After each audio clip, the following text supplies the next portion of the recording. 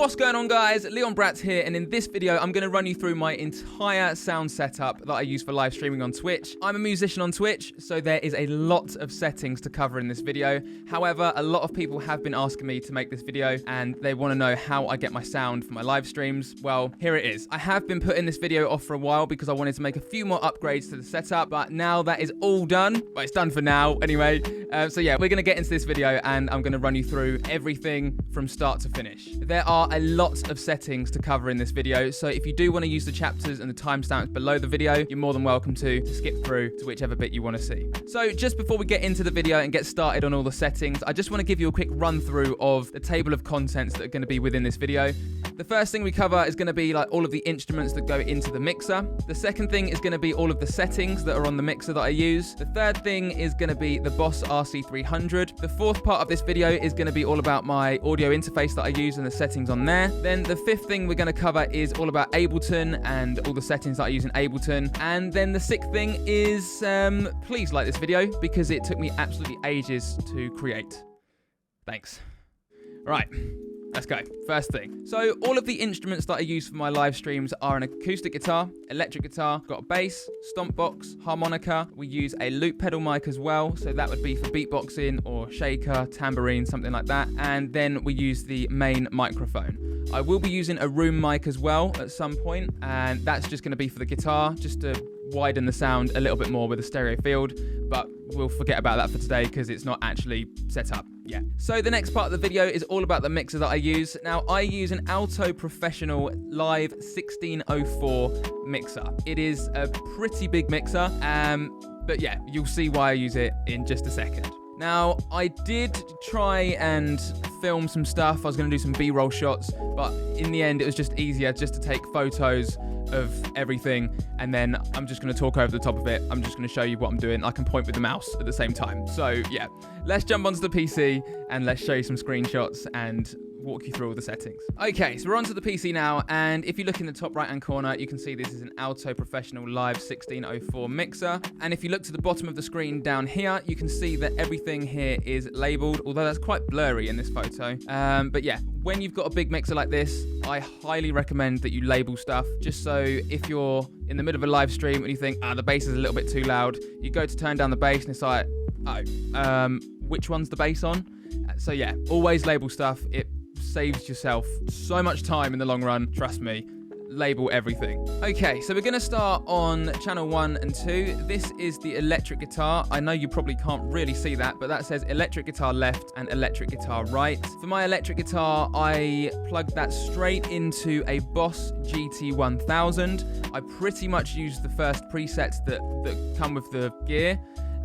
It sounds great straight out of the box, so I have never really changed anything. So yeah, that sends out a stereo signal as well, so that needs a left and a right input. So that's why I'm using channel 1 and 2 here. And you can see if we look at the panning just here, this is panned left and this one's panned right. But if we go straight to the top, you can see that this is 1 and 2 coming in here for the balanced signal. And I've got the gain at about 11 o'clock. There's no compression on this channel because it sounds great with everything else. I didn't need any compression. EQ, haven't really done much for the EQ. That's all coming straight through from the GT1000 because it sounds great. I haven't felt like I needed to really change much. And the only thing that we have done is added a bit of reverb just here on both tracks, panned left and right. That's literally it. All I use is a GT1000 and it sounds great. So the next thing is the acoustic guitar. I will run you through the acoustic guitar chain in just a moment after we've done all of these settings. On the mixer, this is what the acoustic guitar's got. Got a little bit of gain. We have got a bit of compression as well. The high-end EQ for like the 12K, we've taken a little bit of that off just to take the brightness off away from the guitar. We have taken a little bit of the mids out. We've left the low mids and we've boosted some of the lows, which is about 80 hertz. We boosted that a little bit. And these aux sends haven't actually got anything with them. They've got nothing on there apart from this one here, which has got reverb. We've got a little bit of reverb on that, and that is panned straight down the middle. Next up, in channel 4, we've got the Rode mic, which is the room mic. We don't use this at the moment, so we're going to skip this. So in track 5, we have got the loop mic, which is for the beatboxing, shaker, and tambourine, other stuff like that. We'll go up to the top, just so I can show you these. And okay, so we've got quite a bit of gain on this one. We've got a little bit of compression, and we've left the EQ pretty much straight up in the center for the high-end EQ and the high mids and the low mids actually, and we've boosted the lows around 80 hertz just so it gives it a bit more of an oomph when I'm beatboxing, and then a little bit of reverb, and that's pretty much it. That's straight down the middle as well. Most of these are all like straight down the middle. This is straight down the middle as well in terms of panning. There's not really much panning going on. It's all pretty much a mono signal, but it is stereo, and the way I get stereo is for the reverbs and the delays, so it just kind of like ping pongs across. Yeah, that's how I've got it set up. So I'm using the effects as the stereo field just to make that nice and wide. This room mic, when I do use it, that's going to be more for stereo width as well, using the stereo field, and that's going to be panned left and right. I'll probably get 2 microphones or something like that. But yeah, like I said, we'll forget about this Rode mic down here in track 4 for now. And then next along in track 6, we have got the stomp box. This is for a kick drum if we need it. It's also for like a cowbell. It's got a couple of other things on it. It is actually the SPD1, which is from Roland. It sounds fantastic. I would really, really recommend it. So let's go up and have a look at these settings here. So for the gain, we've boosted the gain quite a bit, similar to the loop pedal mic. That's how much gain we've boosted. We've compressed this one quite a lot. Then moving down into the EQ, the 12 kilohertz, we have taken quite a bit of that out just to take the brightness out of it, and then we've left the other 3 EQs pretty much the same, and then we've got no effects on that at all, although this little box has actually got a reverb attached on its own, so that's why I haven't used anything on the mixer.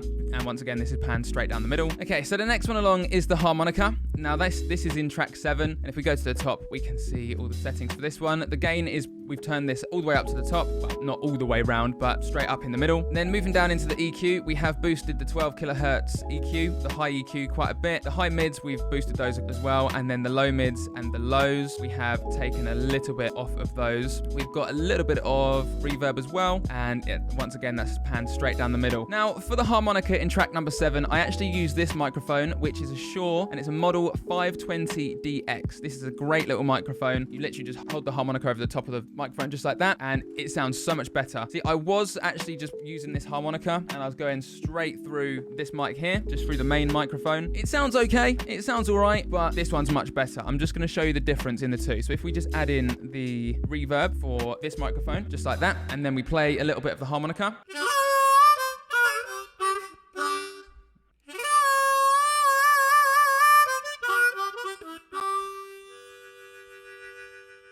So that's that. Let me just turn that back off. Now I'm going to play through this microphone and you'll see the difference.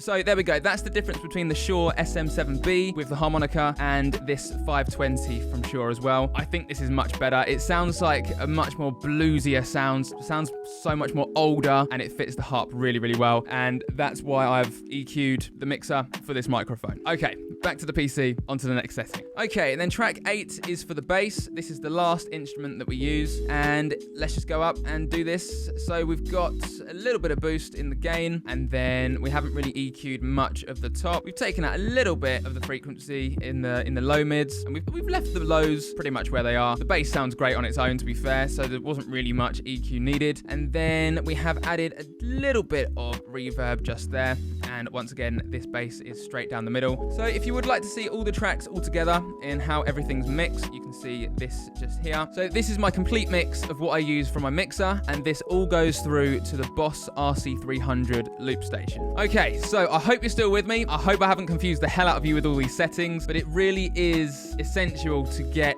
a really nice mix with the mixer before you send it anywhere else, whether that be to a loop pedal or straight to your audio interface. It's so important that you need to get a good mix. And so before we go any further with the video, I just want to talk you through my acoustic guitar chain and the whole rig that I use for my acoustic guitar. There's not really much to it, but before it goes into the mixer, my guitar runs through a Boss TU3 tuner, which then goes through to a Moore Radar impulse response pedal, and I use the Holy Grail pack by Worship Tutorials on that, and that is preset 13, I believe. Yeah, I use preset 13 from that whole pack. It sounds amazing, sounds so so good. Then I go through to an Electro Harmonix Micro Pog pedal, which is an octaver, basically. I do use a bass now, but I was using the Pog beforehand. And then that runs through to a TC Electronic Spark, which is just a volume boost if I need it. So I don't really use the Pog, and I don't really use the Spark. I don't really use them, but they're in there. So yeah, it's just the Moore Radar impulse response pedal, pretty much. And then that goes through to the mixer, and then using the settings that we've just discussed. So after we've got the whole mix from that mixer, I then run 2 channels, a left and a right channel, straight through to my Boss RC300 loop pedal. And then from the Boss RC300, I then run a left and a right channel straight through to an audio interface. And that audio interface is an Audient ID44. So with the left and the right channel, all I do is plug it into track 1, which you can see here. And then track 2 is for the right-hand side.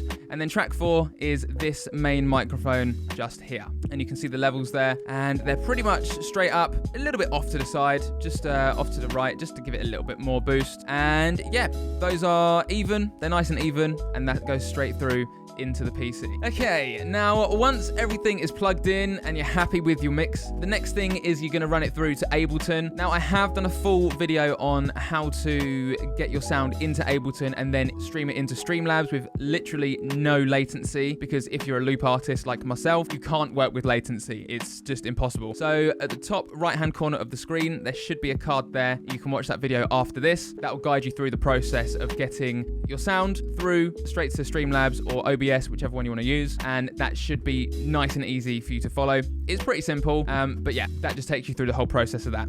But for this video, I'm just going to show you all the settings. So we have got one track here, which is the main microphone. As you can see, I'm talking right now. And these 2 channels here, this is my left. So this is panned all the way left for my music chain. And this side is panned all the way right for my music chain. And that is, yeah, that's my left and right. So if we just turn both of these tracks on, then you should hopefully hear this.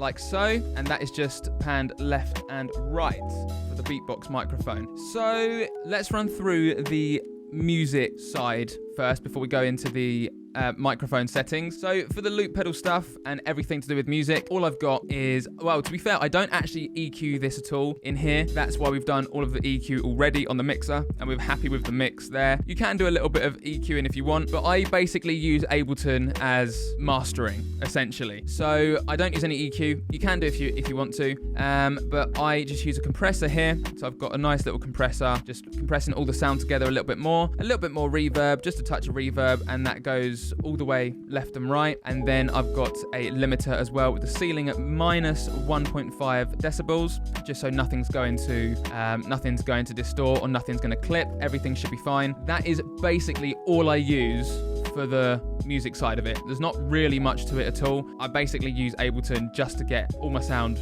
through to Streamlabs. So if we go to the main microphone now, let's click on here. Now the only things I really use on a consistent basis are the EQ here, which you can see this is a bit EQ'd over here, played around with the settings there. And then in this one here, we've got a compressor, compression doing its thing just there. And that is pretty much it. Apart from this video, oh no, sorry, we've got a limiter here, same thing, minus 1.5 decibels. We use a limiter there. And also for these videos, we use a soft reducer. I don't use this for when I'm streaming and when I'm singing, because this is like a noise gate suppression kind of plugin. I just use this for when I'm filming these videos. But usually, if I just turn this off, yeah, usually the sound sounds like this. This is exactly what my stream would sound like, and this is how the main microphone would work. But for these videos, I do have this on. It's just personal preference at the end of the day. And the other plugins that you can see over here, we have got a reverb and delay. I'm just going to get rid of these 2 for now for this video. So that's the EQ and compression. Now we've got the reverb and delay. I actually do use a little keyboard, and I've got buttons on there where I can press it and it's mapped. So every time I press the button, it will automatically trigger the reverb and delay just in one click of a button. It's super easy. I haven't got it set up at the moment because I don't need to. But yeah, that's the reverb and delay. So anytime I'm singing, this is the reverb and delay that you will hear on the stream. And hold on, let me put my headphones on actually. That would probably be better, wouldn't it?